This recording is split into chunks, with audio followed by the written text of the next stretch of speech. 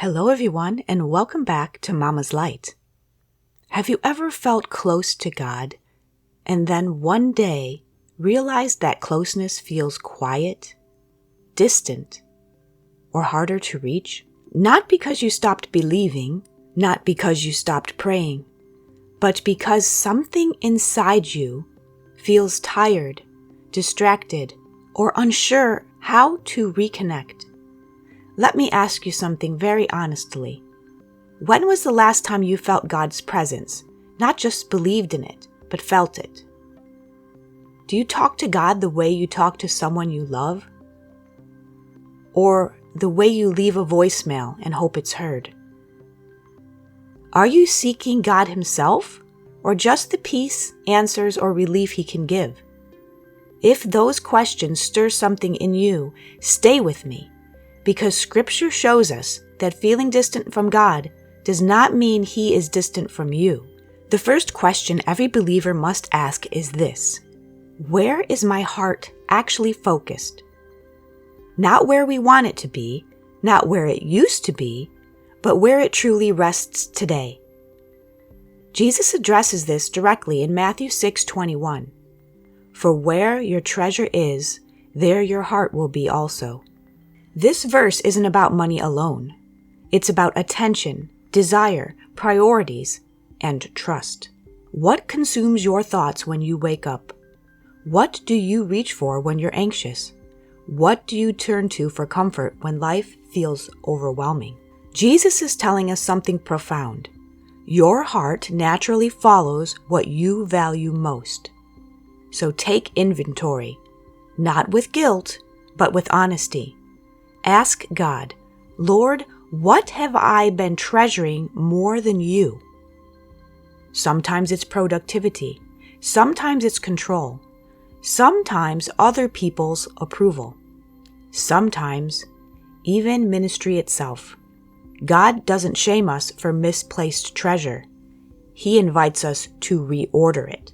So here's another deep question many believers are afraid to admit. Why do I still feel empty, even though I believe in God? The Bible answers this in Jeremiah 29:13. You will seek me and find me when you seek me with all your heart. Notice what God does not say. He does not say you will find me when you seek me occasionally, or when it's convenient, or when you only need something. God is not hiding. But He reveals Himself most deeply to those who seek Him wholeheartedly. Many people seek God for outcomes, relief from anxiety, answers to prayer, protection, or blessing. But Scripture teaches that fulfillment comes from seeking God Himself, not just His hand. So how do you apply this in your life? Shift your prayers from God, fix this situation, to God, show me who you are in this moment. Make space, not just time, for God. When we pray, many of us have learned to come to God with a list of worries, a list of needs, a list of things we want Him to fix. And God welcomes these prayers. He truly does. But there is a deeper invitation He gave us when we say, God, show me who you are in this moment. That prayer shifts everything.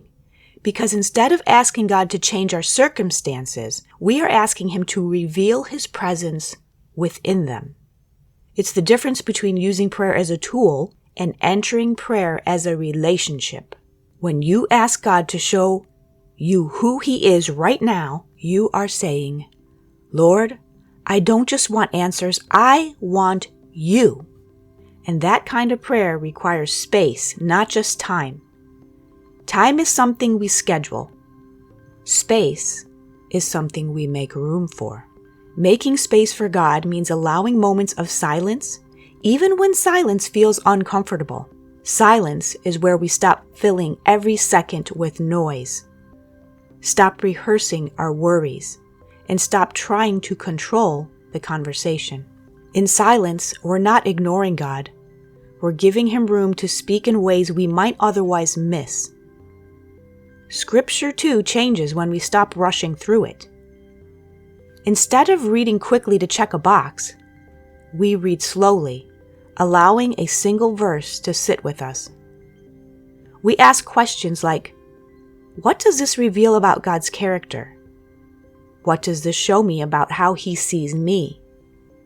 How does this speak into my life today? God often meets us not in how much we read, but in how deeply we let His word settle into our hearts. And then there is prayer without agenda.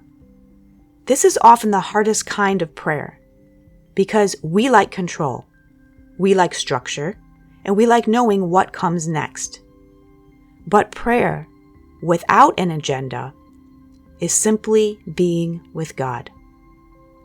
It's sitting in His presence without needing to perform, explain, or persuade. Sometimes it sounds like, God, I'm here. Sometimes it's just quiet breathing. Sometimes it's tears without words, and that is enough. Because wholeness doesn't grow out of perfect routines or flawless spiritual habits. Wholeness grows where relationship replaces routine. When faith stops being something we do and becomes something we walk with. When God is no longer just part of our day, but the place we return to again and again. That is where connection deepens. That is where healing begins. And that is where we slowly, gently find ourselves made whole. Now, this next question quietly blocks more spiritual growth than almost any other. What if I'm not worthy of closeness with God? The enemy loves this because it sounds humble, but it keeps us distant. So listen to Romans 8:1. There is therefore now no condemnation for those who are in Christ Jesus. This verse doesn't say there is less condemnation or temporary forgiveness. It says no condemnation. If you are in Christ, your failures do not define your access to God. Jesus already paid the cost of intimacy with the Father. Condemnation pushes us away. Conviction draws us closer. So when shame tells you to hide, do the opposite. Run toward God. Pray honestly, Lord, I feel unworthy, but I trust your grace is more than my feelings. Spiritual connection deepens when we stop trying to earn what Jesus already secured. Now the final question. So how does this become real life, not just a moment? Jesus gives us the answer in John 15:4. Abide in me, and I in you. As the branch cannot bear fruit by itself unless it abides in the vine, neither can you unless you abide in me. To abide means to remain, to stay connected, to live from, not visit. Spiritual strength doesn't come from trying harder. It comes from staying connected. Fruit grows naturally when the branch stays attached. So how do we apply this? Abiding looks like talking to God throughout your day, inviting Him into ordinary moments, and returning to Him quickly when you drift. Connection is not perfection, it's consistency. So if you've been feeling distant from God, hear this clearly. God is not disappointed in you. He's inviting you deeper. The hunger you feel is not failure. It's evidence of life. And the fact that you're still asking questions means your faith is still growing. So let's end in prayer. Dear Father, God, I lift up every person listening right now.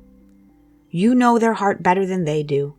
You see the longing, the confusion, the quiet desire for closeness with you.